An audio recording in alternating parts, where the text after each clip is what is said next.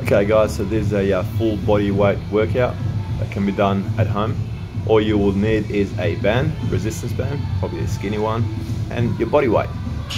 It's giant sets, which is 3 exercises back to back for a certain amount of rounds, and then going on to the next giant set. The first one that we're looking at is the reverse lunge from podium. All it is reverse lunging from a higher position, so your front foot should be raised, and we go for 12 per leg. About this exercise here, you're going to get a little bit more glutes because you're getting a bit of a stretch in the back end. So it is glute focused and a great exercise to do, and a good lunge variation too, for keeping your knees safe.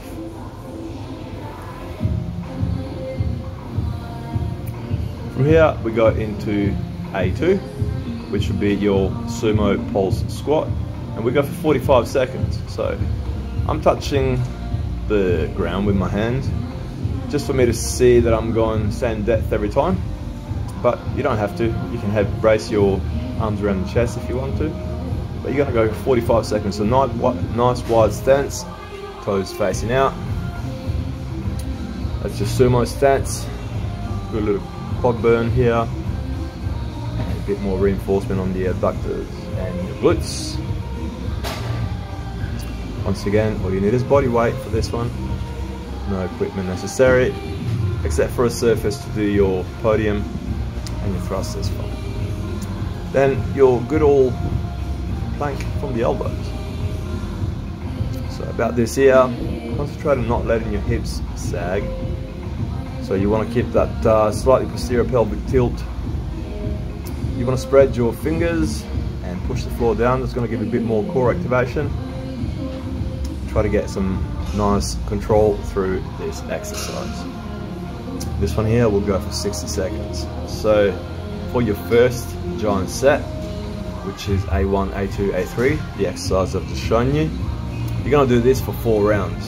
So 12 for the reverse lunge on the podium per leg. Then you got 45 seconds on the sumo pulse squat and 60 seconds plank.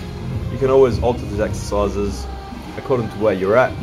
For a plank, for example, you can place your hands on a higher surface, which takes some of the body weight off. So it's all about starting where you are. Band pull apart. So you can see the thickness of the band that I'm using here. Go about shoulder height with this one, palms facing down, and you can adjust the tension by either picking up, pulling in more of the band or less. It's going to be working your scapulars, rear delts. It's basically like a reverse fly, yeah? For this one here, you're going to go for 20 repetitions. So this is your second giant set. This will go for 3 rounds in total. So we'll call this B1 band pull apart. And we're going to go into band dislocation. Keeping your arms straight from the top of the head down to shoulder height and back up again. So this will focus a bit more on the shoulders, obviously.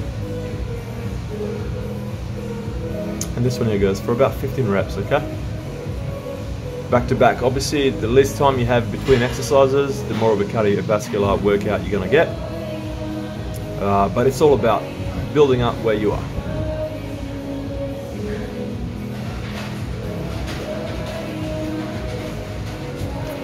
We're going to follow this with tempo push-ups. All that means is rather than just going down and up fast, you're going to control the descent. So we get working more the eccentric portion of this exercise. It gets really tough very quick. You can aim for about 3 seconds, 4 seconds on the way down. Imagine pulling yourself into the ground and then contracting your core and your quads when you push away. I normally breathe into the push-up and breathe out from the push-up. 10, 15 reps. This is the same as a plank. You can do it by placing your hands on a raised surface and then work your way down to the ground as you become stronger. If you're very strong, you could do a decline version. Hip thrusters, very much on the glutes here. Pay attention to the angle of the knees at the top of the exercise. So you're looking for that 90° with a vertical shin. Foot stance should be about hip width, slightly wider. Try to keep your eyes facing forward throughout the exercise. Don't let your head sag back to protect your neck. And extend the hips up until you get full extension. Don't go any further and your glutes are fully engaged. So this would be giant set 3. And we've got hip thrust back elevated for 20 repetitions. You could use a band around the knees if you wanted to get some more into this. Then C2 beast to plank walkout. So from that beast position where the knees are low and close to the ground, fingers are spread, arms are straight, we walk our feet back and extend the legs fully for that straight arm plank position. Now you got a 5-second pause on each phase, so hold it for about 5 seconds on the beast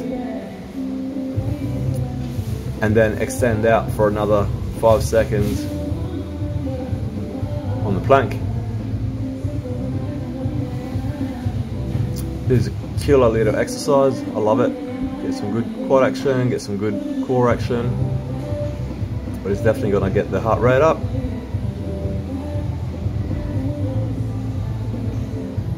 So far we've worked glutes and quads, chest and triceps, quite a lot of core. Once again, with all these exercises here, it's all about where your hips end up, okay? So don't let your lower back sag in towards the ground, like a reverse banana shape. It's all about learning to control this, yeah? You do the last giant set for 3 rounds. So the first giant set is 4 rounds, second is 3, third is 3. And using the same band, we go into band, bent over rows. You can place the band how you want, really. But I'm using the front foot. And with your elbows, when you pull them back, try and pull them back towards your pockets if you can, so you're not going straight up. And with this one here, we're going to have a 3 to 4 second pause contraction at the top of each rep.